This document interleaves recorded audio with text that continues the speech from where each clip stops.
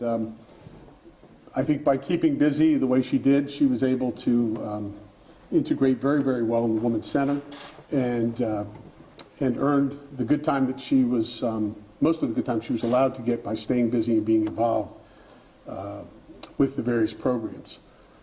So she has completed her sentence. She's met her obligation for her good time, and now she, as you know, she will be hopefully reintegrating successfully given the opportunities she had while she was here.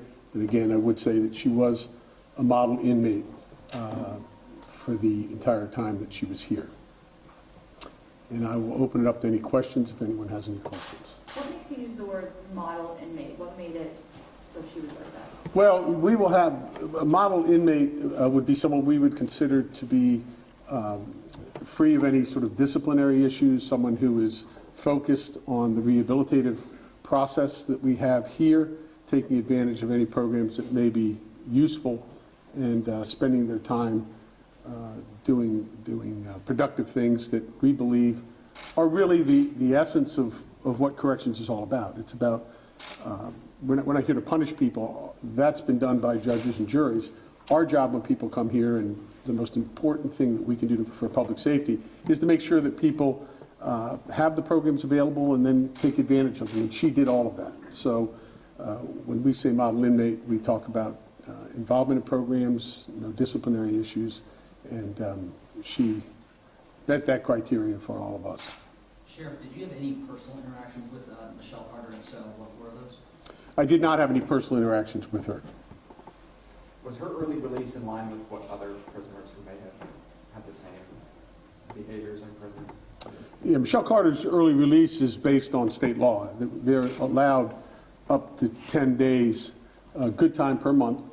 It has to be earned according to categories. For example, if you did some work in the facility, that's you can earn up to 2.5 days. If you work full time while you're here in the facility, you can earn up to 5 days a month. Then there's another 2.5 to 5 days you can earn within the educational programs, and then there's another 2.5 to 5 days you can earn in the other alternative programs, the substance abuse programming, religious retreats, things like that. So, but combined, only up to a total of 10 days. Was there any concern, if we consider it a high-profile inmate, was there any concern when she entered in February, and did you experience any issues with other inmates and Michelle while she was here? Well, with regards to high-profile inmates or high-profile cases, I think you all know we've already had experience with that with Aaron Hernandez, and I will tell you, in any prison, when you have a high-profile case or a high-profile person that comes in, you always have to be aware of two things, very important. One is their mental state when they enter a facility because of the notoriety, and in the case of press coverage, it's a little more difficult, and we have to be very, very sensitive and careful about how they're acclimating from a mental health standpoint, as well as we have to be concerned about the security of the environment, that no one inside the facility who's being incarcerated with that individual would perhaps try to raise their notoriety by doing something to harm that individual. So we've, we've had great experience with that.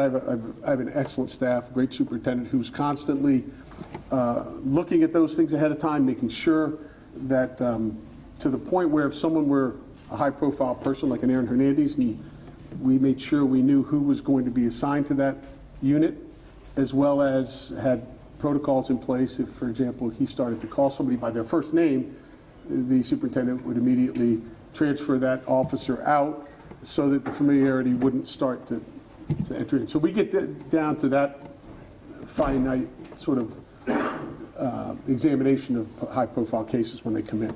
But the mental health and the security issues are critically important to us.